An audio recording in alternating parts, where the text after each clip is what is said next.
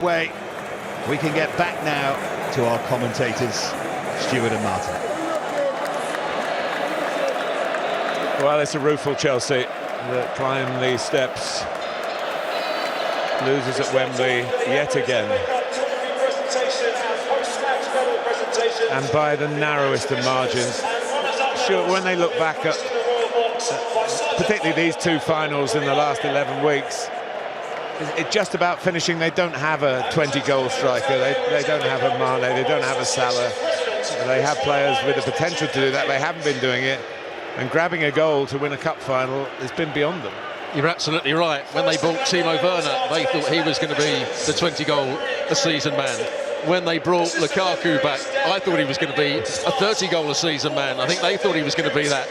And it hasn't quite worked out for them, so they've had a mixture of players playing in the front areas. Mason Mount playing on the right-hand side today, Pulisic playing on the left, who are very good footballers, but they're not going to score you 20 goals.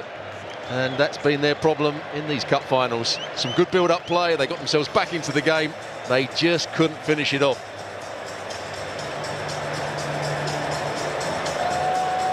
Well, these mementos that they're receiving from the President of the VFA, His Royal Highness the Duke of Cambridge, are not going to be treasured back home, really. Playing in an FA Cup final is obviously, it's a wonderful honour. Not that many players get. We often say, oh, he never played in an FA Cup final to a top player.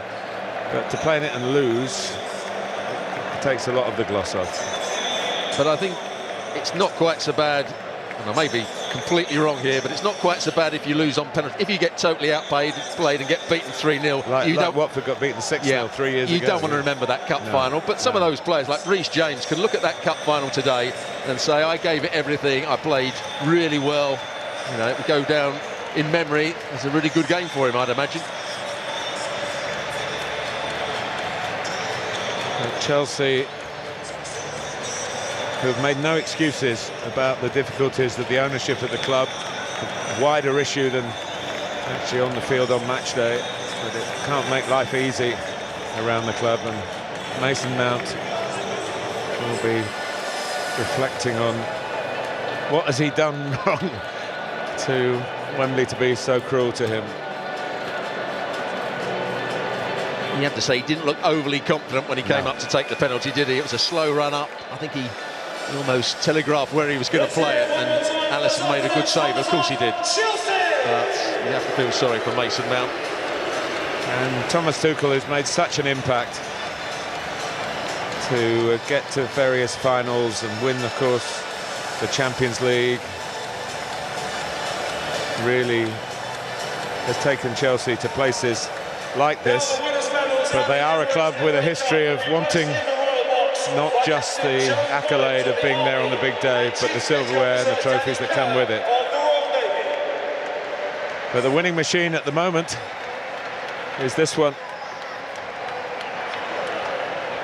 Players who made this walk just 11 weeks ago with a similar sense of triumph, similar sense of fatigue, had to put an awful lot into it to get their reward.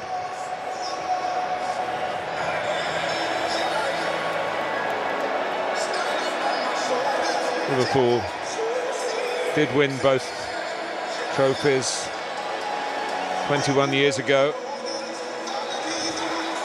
Arsenal, your old club, did the same against Sheffield Wednesday in the early 90s. But it is, amidst all the other, every Premier League game has been like a cup final. Maybe that's why they do so well in the finals. That's what Jurgen Klopp says, oh, 15 more cup finals to go, you know, in March. And every game has felt like that. And there was a time when he first came to the club when you'd suggest that he didn't think much of the FA Cup. He put out weak sides, they got knocked out fairly early in the tournaments, but he's realised that this is a great tournament, a great cup to win, and they've done it brilliantly over the course of this season.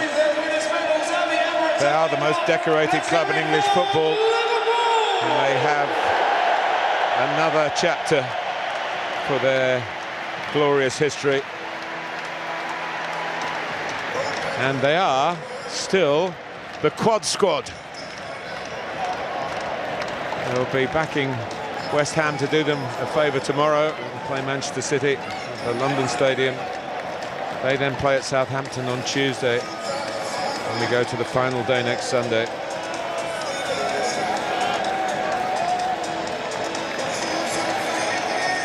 Last winning final for Liverpool in the FA Cup, 2006. Steven Gerrard's final will always go down in history as. Jordan Henderson has held aloft many a trophy. And this is a new experience with this most famous of cups in the world of football. It's recognised all around the world for its history, for its drama. It takes you right to the edge, and it's taken these two teams right to the edge today. There will be concerns for Liverpool with the injuries that they might have picked up. We don't know the details yet. Mo Salah and Virgil van Dijk in particular. I think Diaz and Robertson went off just through fatigue, and Robertson going off allowed Tsimikas to become the hero. Well, they're FA Cup winners for the 8th time, equaling Chelsea in that respect, but for the first time at the new Wembley.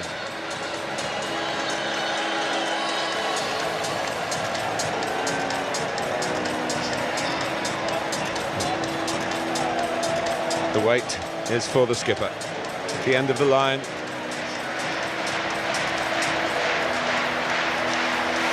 Not the end of the season, as it so often is. Certainly not for Liverpool. Here's Jordan Henderson.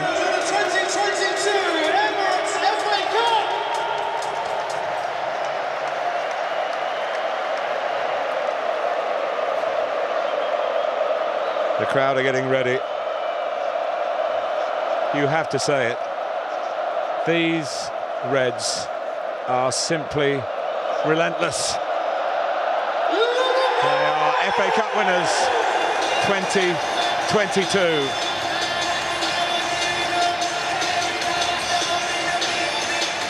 A real team effort, a real squad effort to see off Chelsea again at Wembley. The finest of margins, but the finest of teams get there. They find a way to get there, even if Jurgen Klopp had to pick his penalty takers with great care, some of them less experienced.